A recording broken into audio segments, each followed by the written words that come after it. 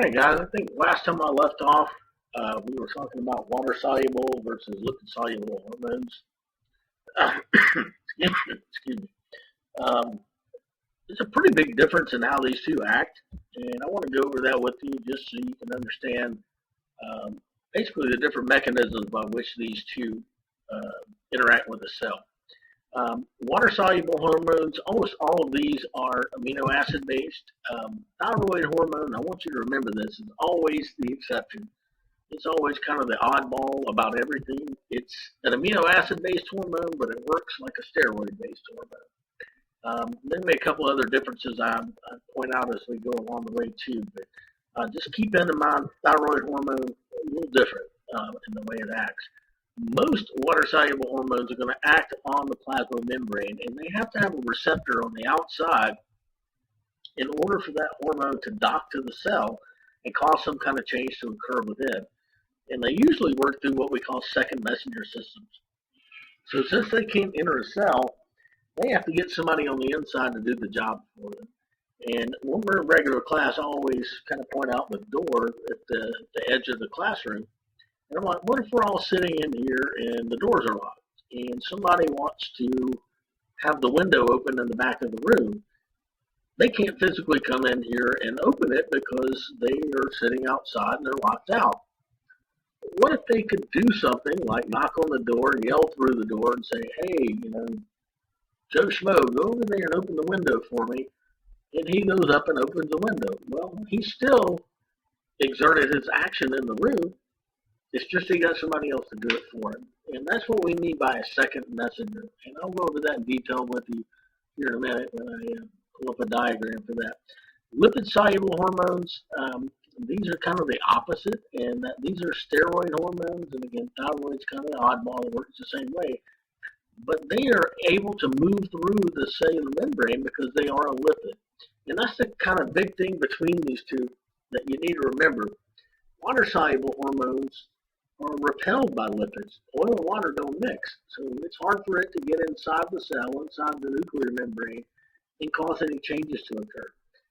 On the other hand, if I'm a lipid-soluble hormone, I can move right through that cell membrane. I can go right into the nucleus and insert my DNA or what I need to do to make changes occur within the cell. Anyway, we're going to move on. I'll show you the diagrams I want you to see. This thing's misbehaving. There we go. So the amino acid-based hormones, again, with the exception of thyroid, exerts effects through second messenger systems. And it's easier just to kind of look at this and go through each one. We should have been, I thought this went step by step, but it doesn't. I'm working off some newer sets of notes. Let me just explain what's going on here. Then it used to take you step by step by step. But here's my hormone in pink, right? So let's say I release this hormone from, it doesn't matter, pituitary or wherever. It doesn't matter at this point. But we have released a hormone that is amino acid based. It can't move through the cell membrane because it's a lipid. Remember, this is a lipid bilayer, and these hormones cannot just sneak through here. They can't do it because they're repelled by it. But what they can do is come here and bind with the receptor protein on the outside of the cell. And when they do that, that causes a conformation shift or a change in shape of what we call a G protein here. Notice the difference in shape between this and this. It's the same protein except that it's denatured or changed shape. And then with the addition of energy, we can change that shape and then go and activate an enzyme called adenylate cyclase. And this adenylate cyclase will take ATP and convert it over to cyclic AMP. And this is what we call our second messenger. Now, this is the guy knocking on the door, and then this guy is hearing it through a cascade of chemical events, and he's going to say, all right, we need to do this. And when I say we need to do this, he's going to go here and change some of these inactive kinases into active protein kinases, which means that they can go do their job. Remember, anything that ends in ASE is going to be an enzyme. So this enzyme is going to trigger a response within the target cell. Now, again, this can be many, many different changes. It's not necessarily just, changing the enzyme structure. It can stimulate cellular respiration, secretion, open ion channels. It can do a lot of different things. It can speed up, slow down the cell. So we're looking at this in a generalized form. And up here, it's kind of a good little diagram to show you what's going on. But here's our first messenger, our hormone. The receptor receives that. He passes that to the G protein. He passes that to the enzyme. And then he passes it to the second messenger. And then that second messenger causes some kind of change to occur within the cell. Now, again, what I mean by that is that we have an external trigger that produces an internal trigger down here after all these reactions have occurred. Right? So it's kind of complicated for a steroid-based hormone to go in and do its thing. Now, lipid-soluble steroid hormones and thyroid hormone can do what the amino acid-based hormones cannot do. And basically, they go to internal receptors. And they can cause changes in DNA to produce new messenger RNA to translate different proteins. So again, we're now having direct effects on the cell. We can go in and change the DNA structure and make that DNA either switching on or switching off genes do something that it wasn't doing before. And this is going to be profound. And a lot of our really,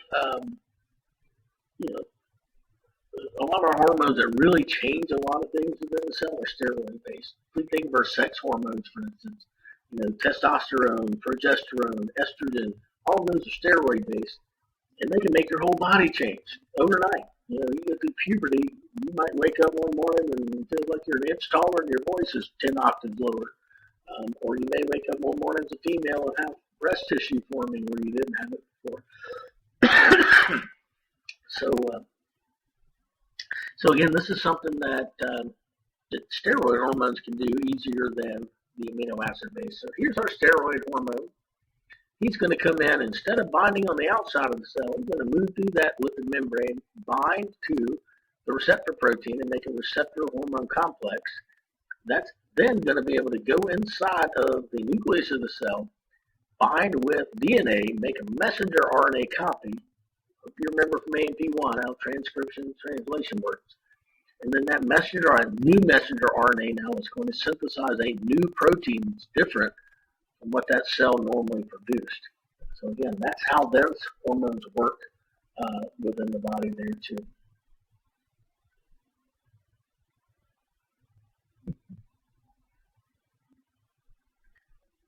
Now, hormones can be released in several ways. We talked about negative feedback systems in AMP1. Remember, probably back in the first part of that course, we talked about air conditioning being a negative feedback system. Whereas the temperature goes up too much, then it shuts on the air conditioner, brings it back down to normal, and then shuts off. And hormones work no different. So when we increase the amount of hormone, and the target organ then is affected, and it's gotten where it needs to be, all the changes have been made, it shuts down the production of that hormone. So basically, it's going to send a feedback to the organ that's producing the hormone, or the gland that's producing the hormone, and say, look, we've got too much of you already, we don't need any. Shut it down. And that's kind of the way it works. So levels vary only within narrow desirable range. We don't want these hormones getting out of control. And when they do, we can have some really serious side effects from that. So if you have a hormonal imbalance, you probably know how profound and effective these chemical messengers are of changing the body. So hormones really are triggered by endocrine gland stimuli and nervous system modulation. So usually, we used to think anyway that the pituitary gland produced hormones that controlled all of the other glands in the body. And to some point that's true, but it's really the hypothalamus that tells the pituitary what to do. The hypothalamus is a neuroendocrine organ that's located in the brain that releases hormones to the pituitary that tell the pituitary what to do. But the pituitary sends out so many different hormones. That's why we used to consider it, the master gland. And we now know the hypothalamus plays a big role in what it releases and how those work.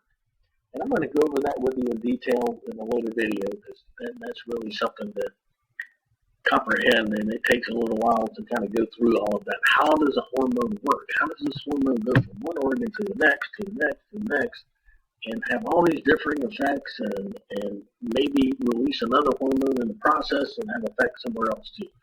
And that really is what makes endocrinology very difficult to understand. All right, a couple of ways that endocrine organs basically regulate hormone release. One is humoral, and if you remember, humoral means within the fluid, so that's going to be the amount of substance in the bloodstream. Easy one to kind of put on the table that people are familiar with is glucose. If your glucose levels start to lower, you are going to produce glucagon, which is going to bring them back up again. If your glucose level gets high, you're going to produce insulin to bring it back down again. And that's all controlled by your pancreas. So that's what we mean by humoral stimuli. How much of this substance is in the bloodstream, and what do we need to do to keep it regulated? Right? Neural stimuli is where we have something like the adrenal gland that's directly connected to the brain. We see something about to kill us, we instantly release catecholamines, all of our adrenaline hormones, and it makes us go into that fight or flight mode where we can get out of a bad situation, and then we'll come back down after those hormones, basically go through their half-life and degrade away. And then hormonal stimuli is where we release one hormone from one gland or organ, and it goes to another and causes a change for it to secrete a different hormone. Okay? So we'll look at all these in detail. So a good example of humoral, other than the diabetes example I gave you, calcium levels in the blood. I don't know if you remember back from AMP1 when we studied bones, but parathyroid hormone has a profound effect on how much calcium goes in and out of the bone. So if we have declining blood calcium, then we're going to stimulate the parathyroid to secrete parathyroid stimulating hormone, parathyroid hormone, not stimulating, it's another. But that causes the calcium concentration to rise, and then the stimulus is removed. So as parathyroid hormone works on the bone, it pulls some of that calcium back out of the bone and puts it in the bloodstream, and that helps to regulate blood levels of calcium, which is really important. We need calcium for a lot of different metabolic activities, muscle contraction, nerve impulse. I mean, there's a lot of them that it works in. So it's really important that this is working properly. Okay? So there's your parathyroid glands. They're embedded in the thyroid. That's these little orange guys here. And they will release parathyroid hormone until we get that blood level of calcium back up again. Neural stimuli, the nerve fibers stimulate hormone release. Again, a good example of this is the adrenal gland. Sympathetic nervous system fibers stimulate the adrenal medulla and secrete catecholamines. And these, again, are adrenaline-based hormones. So here we have a nerve impulse that's coming to the gland. And it's not a humoral or a hormonal change, but a neural change that makes this gland release what it's going to release. Now, it's really important. I normally ask students in class, why would you want the adrenal gland hooked up to the nervous system?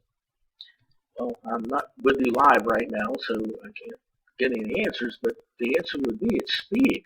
We want this to happen fast. If I see a bear in the woods and he's trying to kill me, I want my hormones to be boom, my adrenal to boost me up so I can run like hell or I can fight the bear off. That's just the way things work in the human body. And it's good that this is going to be very fast. We can send this message almost at the speed of light and release these. If this is a hormonal or a humoral action, it might take minutes, even hours to get this to happen. Well, we'd already be dead by then. So that's one reason we want this neural impulse to hit the adrenal gland and make that one fire off much faster. So hormonal stimuli, again, this is a very complex chain of events that happens, but the hypothalamus, again, will release most of the anterior pituitary hormones. So it's going to stimulate their release. The anterior pituitary hormones stimulate the targets, and they still secrete more hormones, and then they may go on to another organ. Um, so again, this is a long chain of events, and these are more difficult to understand because we're releasing a hormone at one place, the hypothalamus. It goes to the pituitary and releases another hormone. That hormone goes to another gland, it releases a hormone. That goes to another gland, it releases a hormone. And maybe after that, we finally hit the effector and cause a change to occur. But again, that's really complicated, and it depends on which hormone we're dealing with, and what organ and things it's going to attach to. So we'll get into that a little bit later too. We'll talk more about some disorders and things that happen when these get out of balance, especially when the pituitary gets out of balance. Right? So here's our so-called master gland, the pituitary, but notice who controls it. It's the hypothalamus. This is the only neuroendocrine organ in the body. So I asked you on a test, what is the neuroendocrine organ in the endocrine system? It's the hypothalamus. I didn't tell you. If you don't watch the video, that's your fault. But once those hormones are released, they will go down, and then they will stimulate other hormones in the pituitary to be released, and those hormones then will go to places like the thyroid, the adrenal gland, the gonad or testes, depending on which sex you are. But notice when it goes here, let's say thyroid then will send out its hormones, and it's going to go somewhere else and do another act on parts of the body. So we all know, thyroid hormones are responsible mainly for metabolism and that kind of thing. There's several others that have effects on the reproductive system and a lot of others, but it's going to be stimulated by the anterior pituitary. Now, before we get into it later, I'll go ahead and tell you what these are named, but the anterior pituitary is called the adenohypophysis. And you can remember that because anterior starts with A, adenohypophysis starts with A. This side is going to be the neurohypophysis. It has a direct neural connection with the hypothalamus. It doesn't make hormones. It will only store a couple of hormones made by the hypothalamus. Oxytocin is a great example of that. Right? So it will only be stored, but not released the same way that this side makes hormones once they're stimulated and released. Right? So kind of keep that straight. We'll get into this more detail in a minute. I'll tell you which hormones are made by which. There's a bunch over here, very few. I think there's 3 over here that are produced. So we'll get to that point in a minute. Now, nervous system modulation doesn't mean the nervous system controls the endocrine system. It just means it has a way to inhibit or amplify certain aspects of hormonal release. So it can override normal endocrine controls. So let's say we're under stress. The hypothalamus and the sympathetic nervous system can override insulin to allow blood glucose levels to increase. Again, when we're in that fight or flight mode, we're dumping a bunch of adrenaline in the bloodstream. We need the energy to go with it. And what that's going to mean is that we need more glucose. And if it inhibits the production of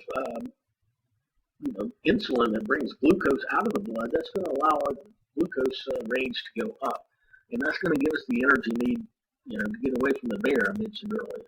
So that's something to think about too. And there's a lot of complex interactions within the endocrine system. And I'm going to try to make it easy for you as we go along. Okay? I'll come back and make another video kind of explaining some of these cascade, these chain of events in detail so that you can understand what actually goes on. All right, last thing we'll go over on this one, and then we'll stop, is what we call target cell specificity. Target cells must have a receptor for the hormone, or that hormone is not going to do a thing to it. Think about it like this. Let's say your house doesn't have a mailbox. Are you going to get mail? No. And a cell without a mailbox is not going to get the hormone to come in, right? Because it doesn't have a receptor. It doesn't have a receptacle for that hormone to come into the house. So think about that. When our cells start to form, they form these little receptors on the outside that allow these different chemical messengers and even viruses and things like that to come in because they can act like a lock and key and actually fit with it. Right? So adrenocorticotropic hormone. We can find this in certain cells of the adrenal cortex, but thyroxine receptors are found only on cells in the body that are going to be receptive to it. And thyroxine is a powerful hormone. Growth hormone is a powerful hormone. They can interact with many different cells, right? But the adrenocorticotropic hormone only reacts with certain cells of the adrenal cortex, which means the adrenal gland is the only thing that's going to be affected by adrenocorticotropic hormone. Right? So thyroxine and growth hormone, they act on almost all cells in the body because they all have receptors, but only certain cells of the adrenal gland have receptors for adrenocorticotropic hormone. I hope that makes sense to you. It's really specific in some ways, and then other hormones are not as specific. Target cell activation, though, also requires us to have enough of the hormone in our bloodstream. So if we're not producing hormone at a high enough level, it can't be in a high enough concentration to interact with the cell. And then also, how many receptors do we have on that target cell? Are there a bunch of them or very few? And then how much affinity do each have for each other? Does the receptor really want to bind to that hormone very readily? Or is it chemically altered just a little bit where it kind of saying, yeah, I could care less if you receive me or not. All right? So we've got to look at all of those factors in order to see which cells are going to be basically impacted by a hormone. And the last thing with that is that a hormone can influence the number of receptors. And we look at type 2 diabetes as a good example of this. We can upregulate where target cells form more receptors in response to low hormone levels. So let's say we're running a little low on testosterone as a man.